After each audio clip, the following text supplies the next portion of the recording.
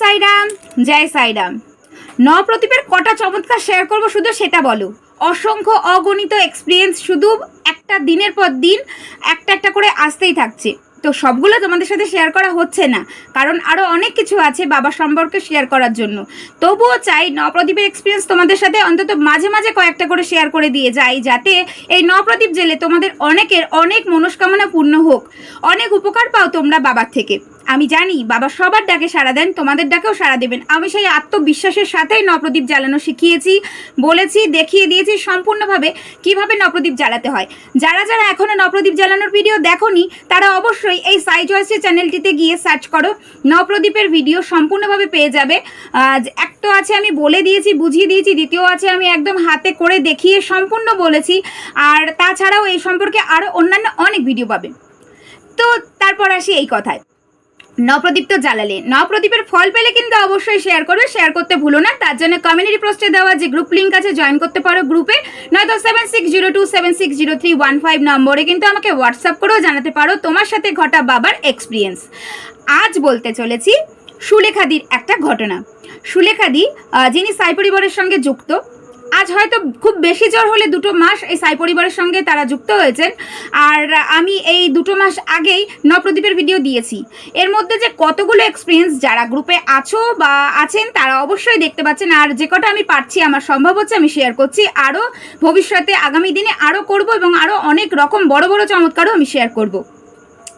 সুলেখাদি জানিয়েছেন তিনি বাড়ির 2 মানুষের জন্য, এক হচ্ছে ধরুন তার মেয়ে সমতুল্য, আর একজন হলো তার বৌমা, 2 মানুষের জন্য নবপ্রদীপ জ্বালিয়েছে।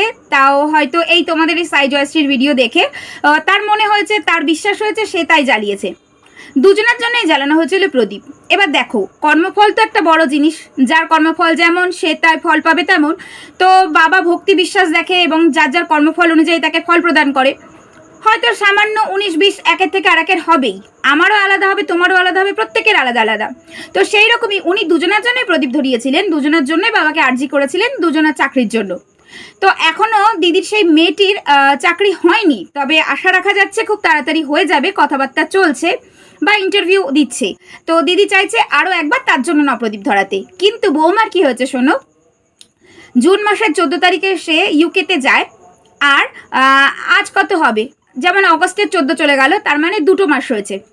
2 মাস হয়েছে সে বাইরে গেছে এবং সেখানে গিয়ে এই 2 মাসের মধ্যেই ইঞ্জিনিয়ার পোস্টে ওখানে কিন্তু জয়েন করে নিয়েছে। তো এত সুন্দর একটা ঘটনা, যেটা দিদি বলছে যে বাবা আমাকে একটা চমৎকার ফল দিয়েছে। আমি ভাবতেও পারিনি যে বৌমা বাইরে যাওয়ার সাথে সাথে এত তাড়াতাড়ি একটা চাকরি পেয়ে যাবে, এটা আমার ভাবনার বাইরে ছিল। তো নবপ্রদীপের ফল আমি সত্যিই পেয়েছি, তবে যারটা পাইনি তার জন্য আমি আবারও প্রদীপ জ্বালাবো, কারণ মনের বিশ্বাস ততটাই আছে। আমি তো বারবারই বলেছি যে এমন নয় যে প্রদীপ জ্বালালাম মানেই জ্বালানোর সঙ্গে সঙ্গেই বাবা ফল দিয়ে দেবে। অনেক ক্ষেত্রে দিয়েছে, কিন্তু কিছু কিছু ক্ষেত্রে একটু ধৈর্যও ধরতে হয়েছে। তাহলে কথাটা কেন আছে শ্রদ্ধা আর সবুরি। তো যদি সবুরি নাই থাকবে তাহলে কি করে হবে? আর শ্রদ্ধা থাকবে তবেই প্রদীপ জ্বালাবে, তবেই কাজে দেবে। তো ওনার যেমন একটা ফল পেয়েছে আর একটা ফল এখনো পায়নি, কিন্তু উনি আরও একবার 9টা প্রদীপ ধরাবে।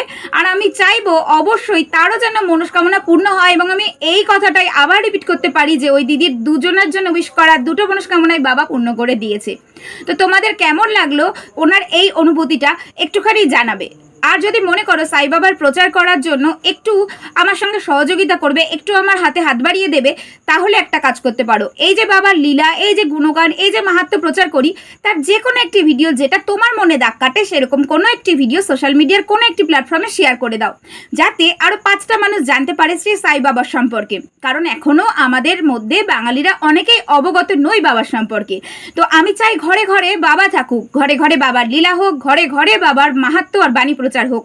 যদি তোমারও সেই মতামত একই হয় তাহলে অবশ্যই তুমি বাবার যে কোনো লীলা বা যে কোনো অনুভূতি সবার সাথে শেয়ার করতে পারো।